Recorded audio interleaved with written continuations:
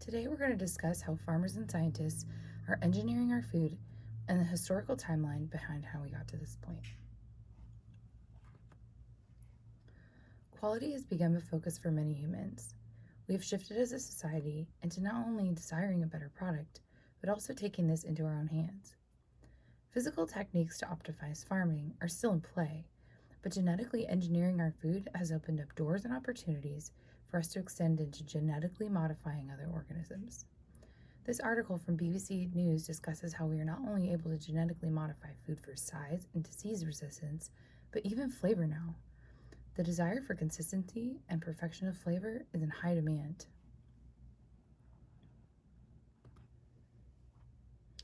So what is genome editing, and where did it come from? Genome editing is a hot topic of conversation and at the forefront of today's genetic engineering. Many people, even outside of the science realm, are discussing the ethics and science behind this new technology. But is it really new? How did this science come to be, and how does it affect us?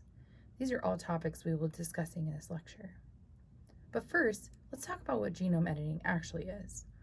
Essentially, genome editing, or gene engineering, is the practice of inserting, modifying, deleting, or replacing DNA into a living organism, which results in an organism being altered for desired effects with a specific gene target.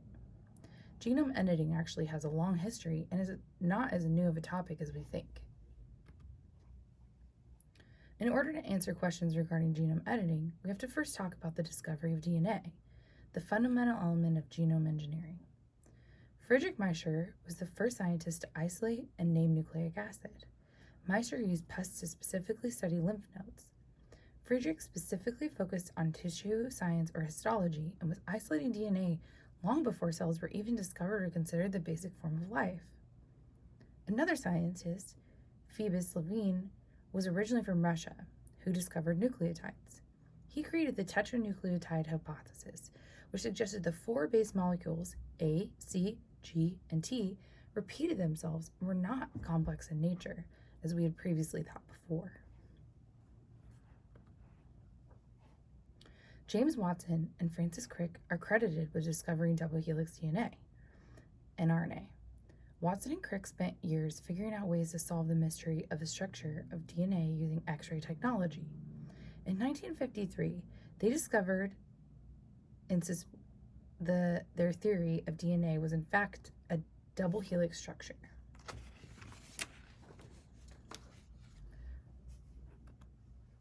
The twist in all of this is actually Watson and Crick stole an image of DNA from a female scientist named Rosalind Franklin.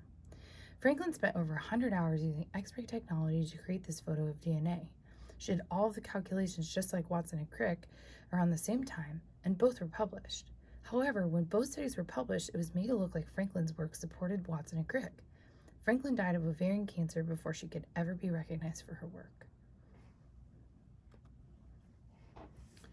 The discovery of the structure of DNA opened the doors for the sequencing of DNA to be studied more thoroughly. By understanding sequencing, the foundation for genetic engineering was made. Frederick Sanger won the Nobel Peace Prize for his work studying the hormone insulin and discovering how the double helix chain was linked together. He won the Nobel Peace Prize a second time for his discovery of gene sequencing. Sanger developed a method to fragment DNA and identify sequences known as the chain termination method.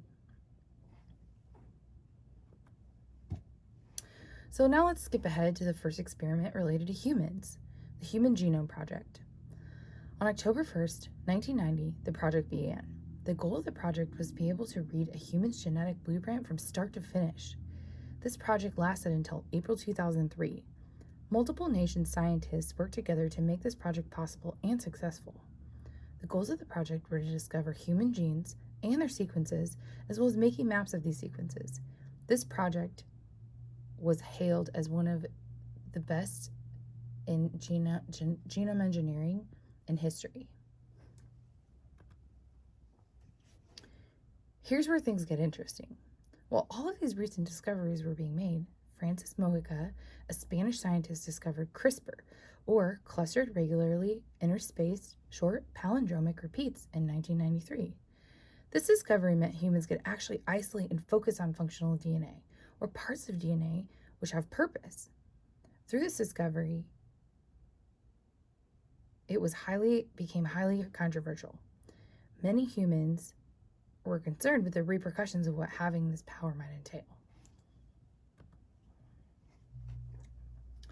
Between the years of 2013 and 2014, many techniques and experiments were performed on several animals using genome editing. Zebrafish were genetically altered in order to produce a mosaic trait on their scales. Zebrafish were a great option for observation because they grow in clear sacs outside of the womb and are easy to observe in stages. This experiment was mostly successful. China began using monkeys to alter genes as well. Some monkeys were altered to have anxiety, for instance, or other mood disorders, while others were not. This specific experiment made many scientists nervous because monkeys have a long history of being compared to humans, more specifically apes. But also, the monkeys were being altered with issues like anxiety, which hits pretty close to home for reality for many people. Mice, of course, were also used in experiments. Mice were used to cure human diseases such as cancer, and this is the first breakthrough for curing human disease. Ethically, these experiments, though mostly reported as successful from a scientific standpoint, remain concerning to some.